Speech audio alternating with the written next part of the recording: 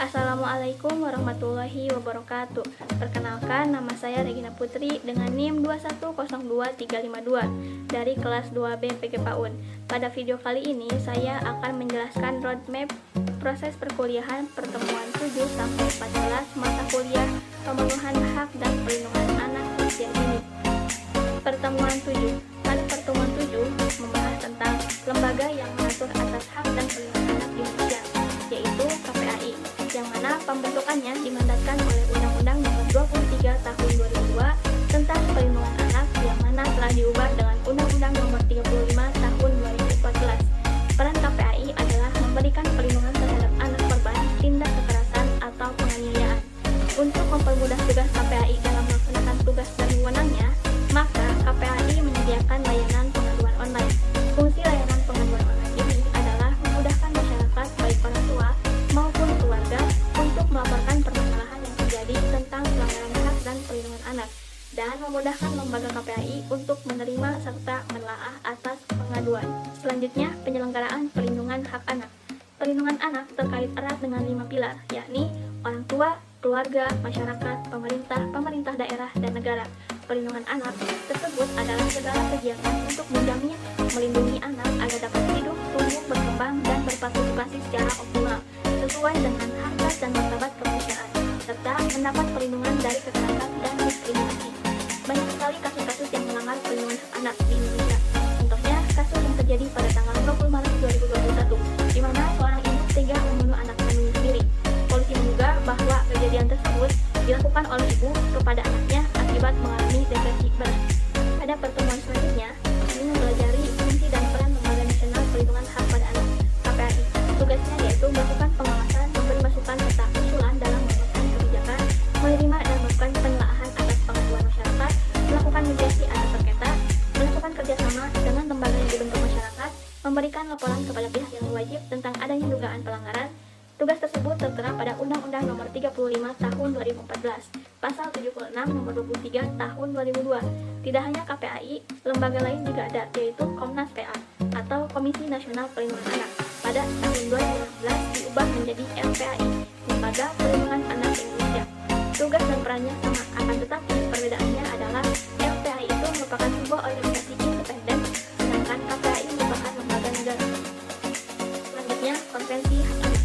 Konvensi Hak Anak adalah perjanjian yang mengikat secara juridis dan politis di antara berbagai negara, yang mengatur hal-hal yang berhubungan dengan hak anak. Pada tahun 1989, pemerintah di seluruh dunia menjanjikan hak yang sama untuk semua anak, dengan mengadopsi Konvensi PBB untuk hak-hak anak. Konvensi ini mengatur hal apa saja yang harus dilakukan negara agar tiap-tiap anak dapat tumbuh sesehat mungkin, bersekolah, dilindungi, didengar pendapatnya, dan diperlakukan dengan adil.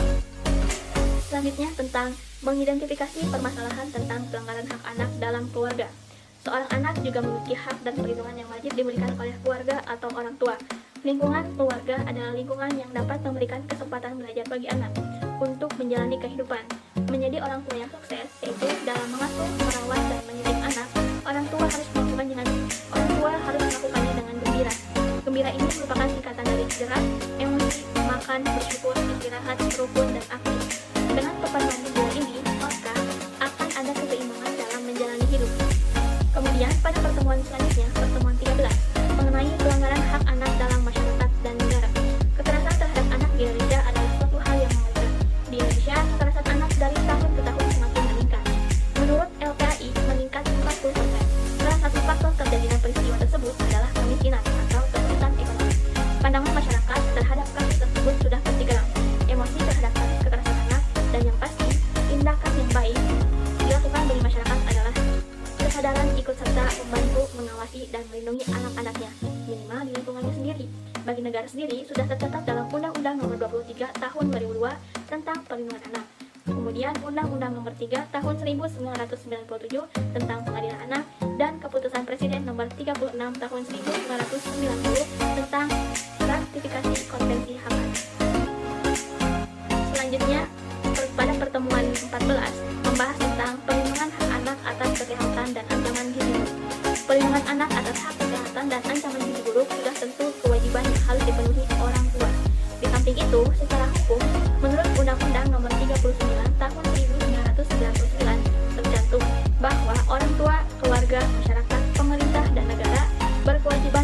melindungi hak-hak dalam segala aspek, termasuk kesehatan anak.